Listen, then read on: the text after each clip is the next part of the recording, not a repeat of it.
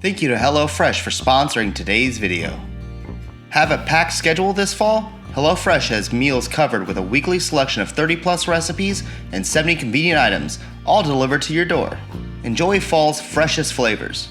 Every HelloFresh recipe includes ripe, just picked produce that travels from the farm to your door in less than a week. HelloFresh works with your schedule. Plans are flexible, and you can change your meal preferences, update your delivery date, and even change your address with just a few taps on the HelloFresh app. Getting back into the fall season can be busy, but weeknights can be made so much easier with foolproof, step-by-step recipes ready in about 30 minutes or less.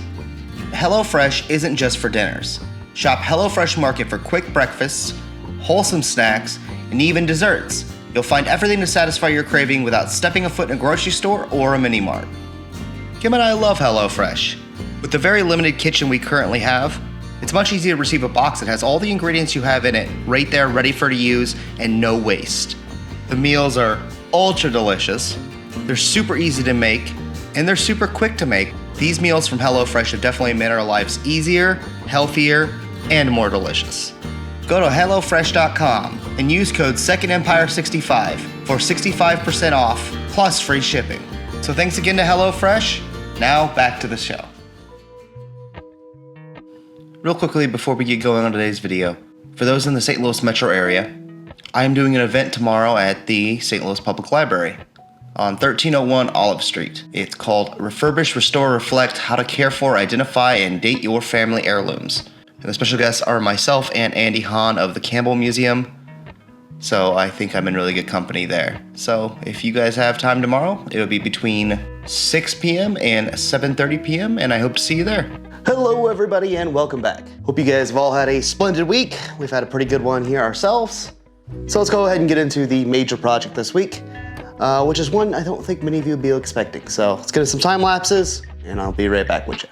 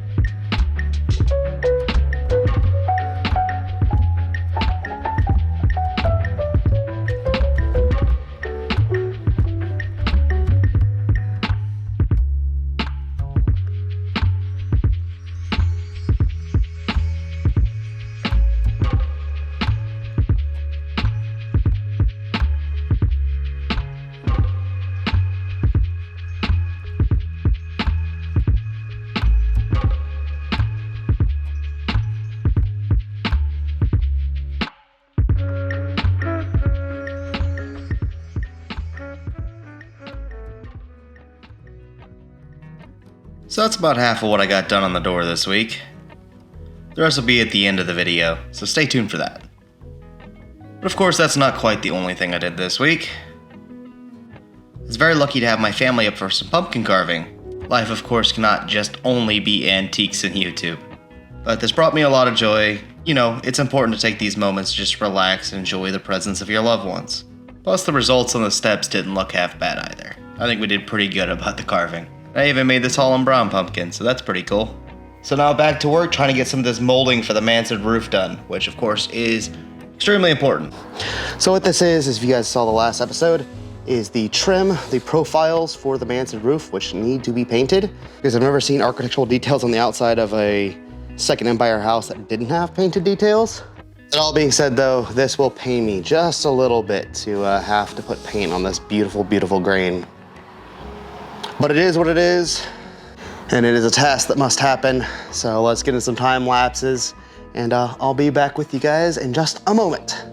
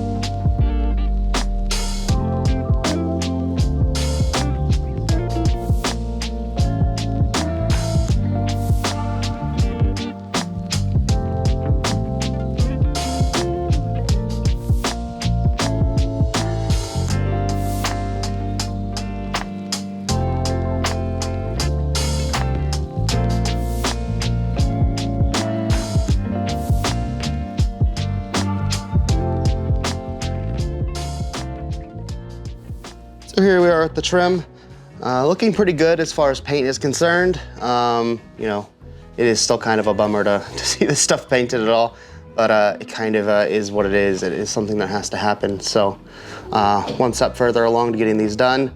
Still have quite the stack of profiles I need to get cleaned up and painted as well. So what I need to do now is go ahead and get the other sawhorses that I'm using for the door in the basement uncluttered with a door. So that'll be the next task. Let's go ahead and get right back to that.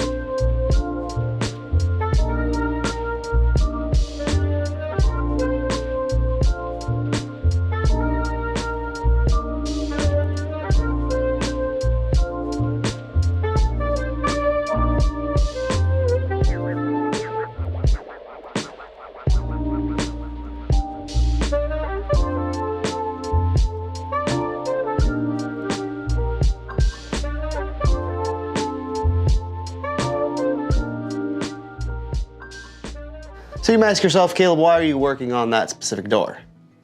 Well, let me show you one of the main things that happened this week that made that more of a necessity. First thing being, this is our new thermostat for the HVAC, which is now working. And of course, that thermostat comes down here to our beautiful HVAC system, which of course is all hooked up for everything. We have our gas for heat, everything works here. So this system is on. So here we are, looking outside on an area that looked a lot different about 3 weeks ago. The AC, of course, the condenser unit didn't exist. There was a porch on here. That was really beat up, even though the window sashes themselves still are quite beat up. And the door was the absolute worst in the house, except for maybe the one being to the veterinary clinic, which is maybe rebuild area territory. So we come down here and have a look. Yeah, much, much better. Now, the main reason I thought that this door had to go now, of course, yes, it was quite ugly the way it was. There were staples all over it, crackling paint, just like everything else in the house. So when we first got the place, this door was already in pretty bad shape, but the hinges, and it was already pulling off the frame from the hinges. They were just, the bottom one here was just hanging on by a thread, just barely.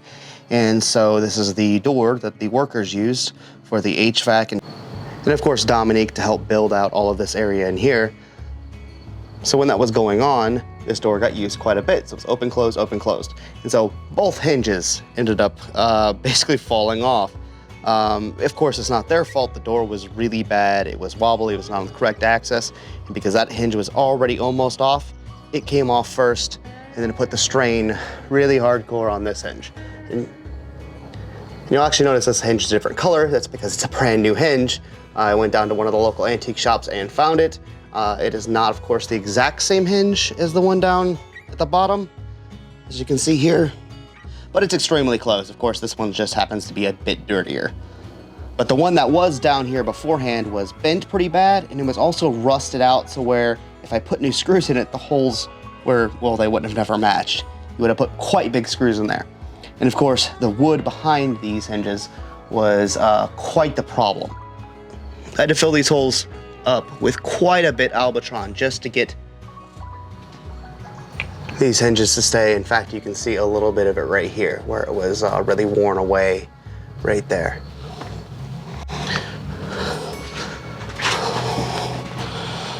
But the door itself is looking much, much better.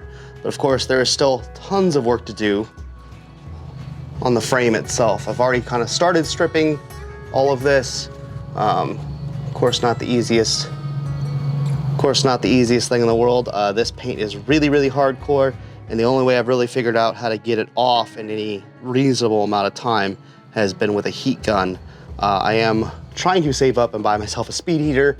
It's just not in the cards monetarily at the moment. So hopefully I can get one of those pretty soon. I think this will make this whole process out here easier. And I have been working on pulling all the nails out of here from the old spring bronze. Of course, I need to bring some new spring bronze in, but it just takes a minute to, again, acquire all the materials to do the things you gotta do to fix everything. Of course, the paint that we have down here is to match the windows, which are green everywhere. It does seem that this color ends up darkening up a little bit over time, which I do like because it looks a bit closer to the black that I think that most of these places typically had on them. Of course, I went for dark green because there's so much green in the house. Now, my painting does need a little bit of cleanup work. As you can see, my lines aren't perfectly straight, and so I will get them dialed in as it goes on. But overall, I think it looks pretty good, especially considering what this door used to look like. I'm happy with it. So a little bit of cleanup paint, not to worry there. So you can see, I did keep this hole in here, which is for a typical lock here in the US at least. This is what we call a deadbolt lock. So you lock it from one side, it comes out, and it can't be turned from the outside. You have to open it with a key.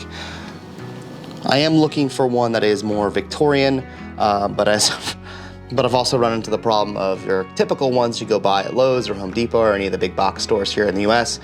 They're about 20, 30 bucks.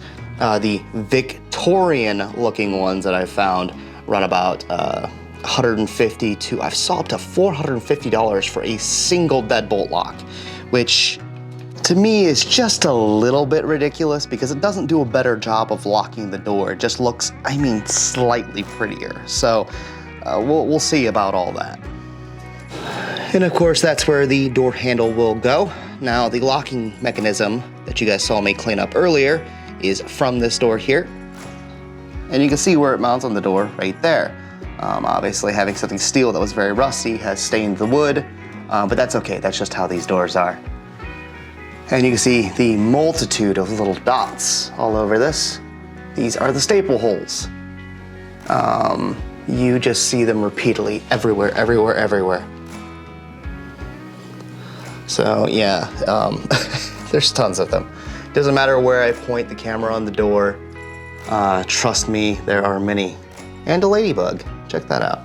Right next to a bunch of staple holes. I guess that's when I went in a bit deeper, eh? But if we look past the imperfections on the door actually came out fairly nice.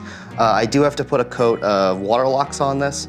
I just put one coat of shellac on it, just for color reasons only, just so it matches a bit of the house. But this area, because it is going to be our kitchen and our laundry room, and I'm not going to be washing laundry like they did in the 1800s, this room's gonna be a fair bit more modern. This is basically our backup kitchen to our more antique version upstairs. So essentially, this area can be a little bit more modern.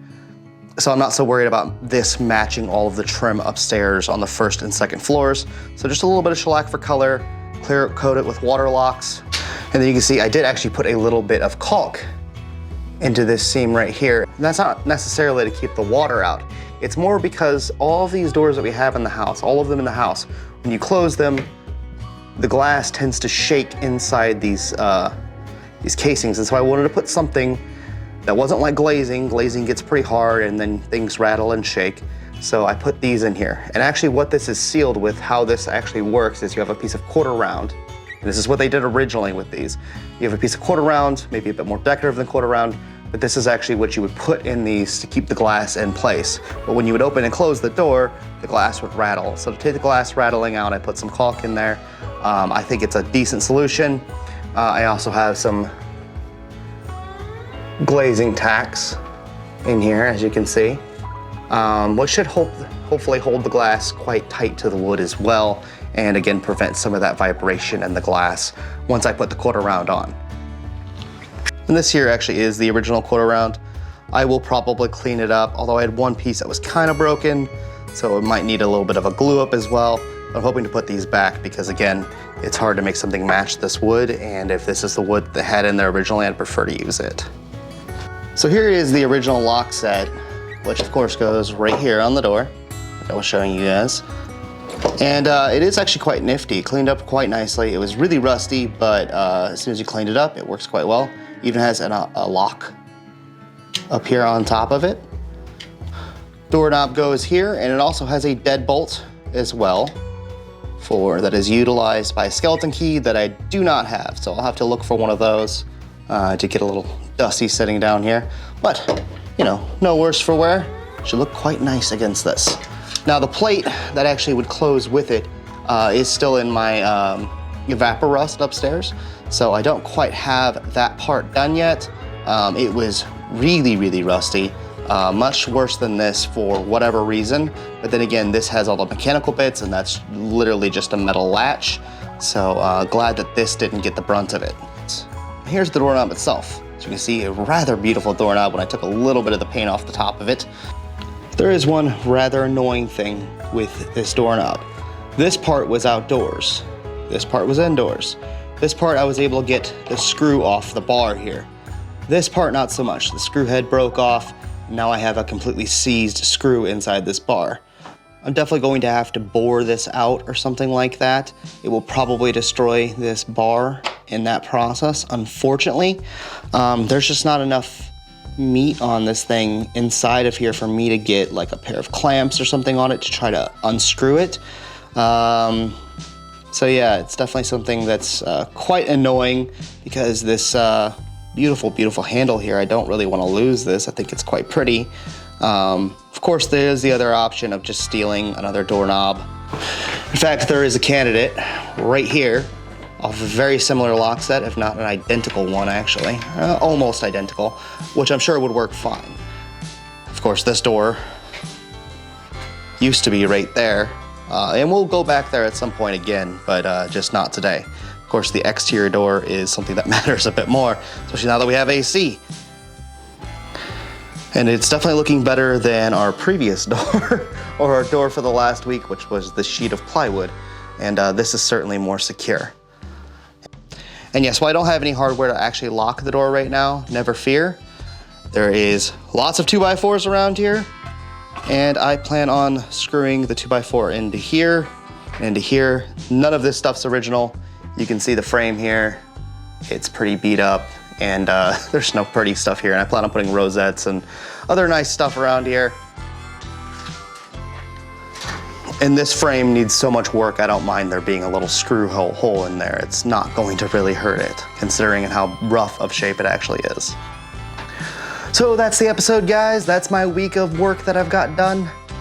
So for upcoming news, I do have some other videos coming up. I do hope to be doing a live stream with you guys either Thursday or Friday. I will let you know when the little community tab, when that's coming up, to let you guys prepare for that, to make up for this video being a day late. I apologize for that. But we're almost to the wedding, which happens on October 8th.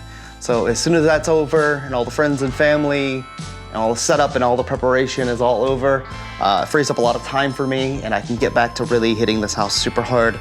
Although, let's not play too much pretend. That door was not easy at all. It took a huge amount of time to get that done. And then I start counting all the doors that I have in the house and realize I take at least a third more time than the windows. And you're like, okay. So thank you guys so much for watching. Thank you guys for sticking with me. And I'll hopefully see you guys later on this week. Have a wonderful, wonderful rest of your week. I'll see you guys again later. Bye.